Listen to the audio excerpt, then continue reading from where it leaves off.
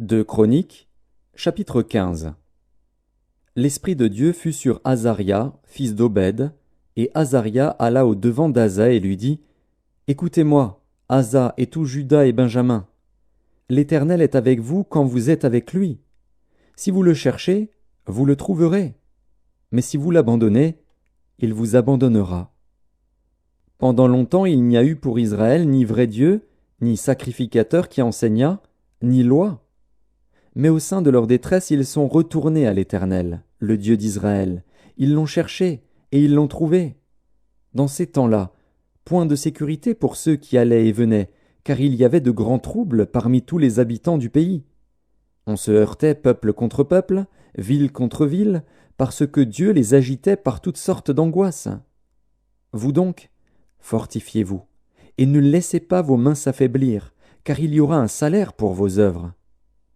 Après avoir entendu ces paroles et la prophétie d'Obed le prophète, Asa se fortifia et fit disparaître les abominations de tout le pays de Juda et de Benjamin, et des villes qu'il avait prises dans la montagne d'Éphraïm, et il restaura l'autel de l'Éternel qui était devant le portique de l'Éternel.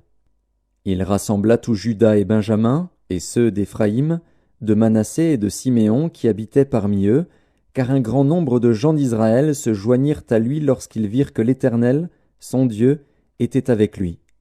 Ils s'assemblèrent à Jérusalem le 3e mois de la 15e année du règne d'Asa. Ce jour-là, ils sacrifièrent à l'Éternel, sur le butin qu'ils avaient amené, 700 bœufs et 7000 brebis. Ils prirent l'engagement de chercher l'Éternel, le Dieu de leur père, de tout leur cœur et de toute leur âme. Et quiconque ne chercherait pas l'Éternel, le Dieu d'Israël, devait être mis à mort, petits ou grands, hommes ou femmes.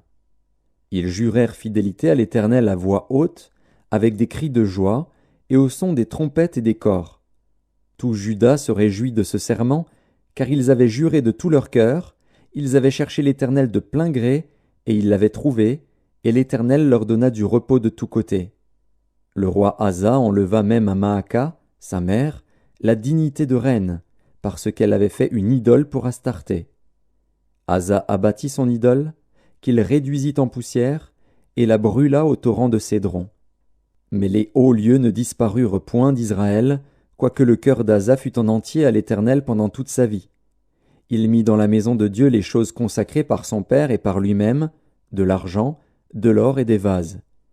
Il n'y eut point de guerre jusqu'à la 35e année du règne d'Asa.